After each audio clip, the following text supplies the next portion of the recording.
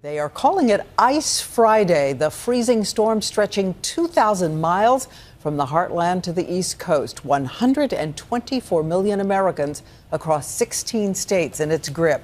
And look at what some families are facing this weekend. Cars no match for the slick, icy highways. Neighbors pitching in to help out.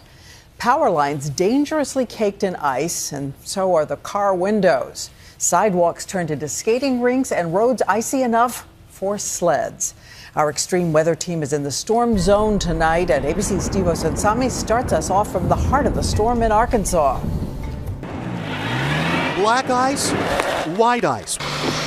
They're calling Ice Friday, stretching some 2,000 miles across the middle of the country, turning roads in Illinois into ice rinks with massive blowing snow, shutting down more than a dozen airports across 7 states and killing at least 6 people.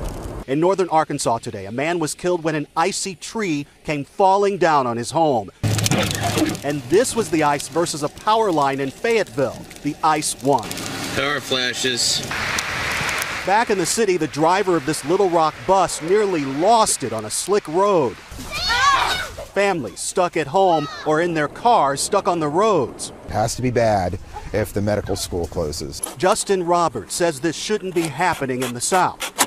Yeah. He had no gloves or boots and was using an old license plate to scrape the ice off his car. They did warn us ahead of time. Well, when it hits, and I guess nobody's really ready for it when it actually comes. This is what families are up against. Cities without the resources to clear the streets all day long, and we saw one lonely snowplow.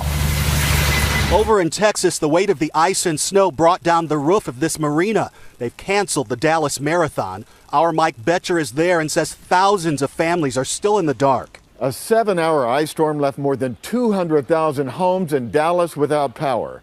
The culprit? A thick coat of ice on limbs. They snapped and brought down power lines all around the Metroplex.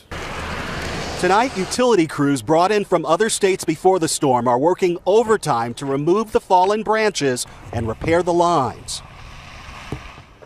These freezing temperatures aren't going anywhere anytime soon, so this is going to stick around for a bit. The worst of this storm now heading north and east, greeting the residents of the Ohio River Valley tonight.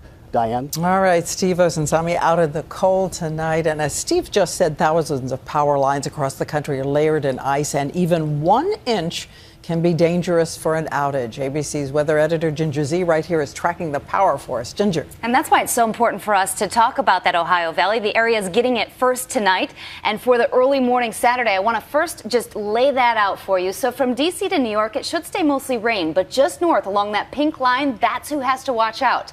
And this is what we're talking about power line wise, Diane. When you see a power line, 300 feet is all it takes, right? It's 300 feet long, and then you get an inch of ice on it.